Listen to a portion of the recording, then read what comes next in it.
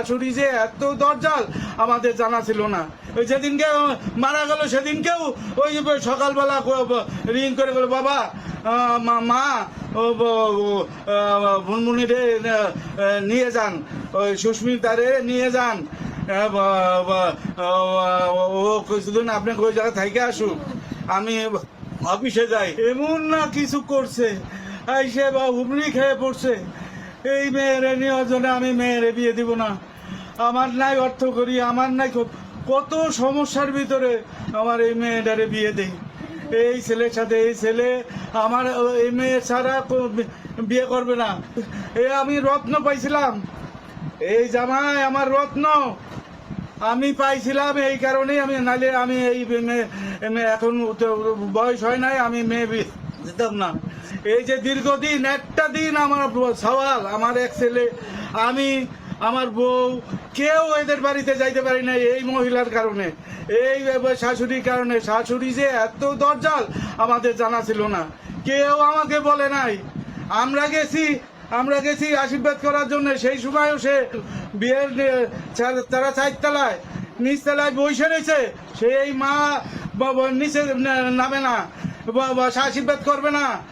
তোরা এত দেরি করে আসলি কে? বউ পায়ে পাগল হয়ে গেছিস, হ্যান ত্যান। এই আর এই যে ঢাকা ছিল যে সময়, একটা দিন আমি, আমার বউ, আমি, আমার ছেলে পর্যন্ত যাইতে পারি নাই এই ইসের কারণে, এই মহিলার কারণে, এই শাশুড়ির কারণে।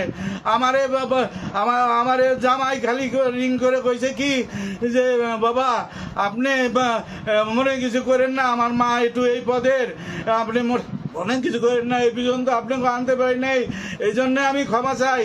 আমার জামাই যে রত্নের টুকরা, মাঝে মধ্যে আমার রিং দিয়ে, বাবা কেমন আছেন, আপনার শরীরের অবস্থা কি, আপনার ওষুধপাতি ঠিক মতো খান না খান, কি করেন না করেন, কোনো কিছু লাগবে?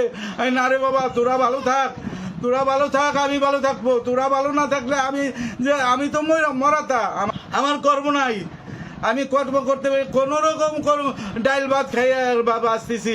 এই জামাই যেদিনকে মারা গেল সেদিনকেও ওই সকালবেলা রিং করে গেল, বাবা মা ভুনমুনিরে নিয়ে যান, ওই সুস্মিতারে নিয়ে যান, ও কিছুদিন আপনাকে ওই জায়গা থেকে আসুক, আমি অফিসে যাই। ওই অফিসে যাই এই ঘটনা ঘটাইছে। আগের দিন ঝগড়াঝাটি লাগাইছে, মারছে আমার মেয়েরে, মাঝে মধ্যেই মারে, না খাওয়াই রাখে এই শাশুড়ি। আমার জামাই যদি ওর ঘরে যাবার চায়, সে আমার জামাই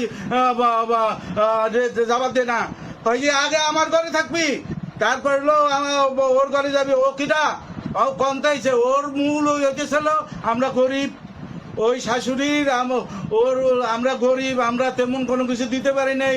ওরে অনেক বড় বড় অফার দিছে, 100 কোটি টাকার অভাব দিয়ে 100 কোটি সোনা দিব, হ্যান দিব, ত্যান দিব, বাড়ি দিব, গাড়ি দিব, এই চিন্তা ভাবনা করে এই মহিলা মানে আমার মেয়ের উপরে অত্যাচার প্রতিনিয়ত। আমার মেয়ে সুইসাইড করবার যায়, আমার মেয়ে সুইসাইড করতে যায়।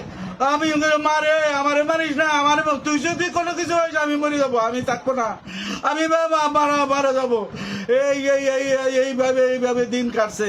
এই লাস্টে ও আমার জামাই এইভাবে কয় যে, বাবা আপনি কিছু করেন না, আপনি আমার মা এই পদের, এইভাবেই আমার মা করে। এই সুস্মির কোনো দোষ নাই, ওদের বাড়িতে আমরা যাইতে পারি না, ওদের বাড়িতে একদিনের জন্য যাই না। বিয়ে এই যে 2.5 বছর ধরে বিয়ে হয়েছে, একটা দিন কেউ বলতে পারবে আমরা গেছি? কেউ বলতে পারবে না, আমাকে যাবার দেয় নাই। একটা দিনের জন্য আসলে পরে মানে মোবাইলের পর মোবাইল, এখন চলে আসো, এক মুহূর্তে থাকতে পারবে না। কি সত্যি না মিথ্যা? একটা কথা মিথ্যা করে, এই যে সামনে ঠাকুরের সামনে বলতেছি, একটা কথা মিথ্যা নাই। আমার ওই মহিলা সর্বশান্ত করে দিছে।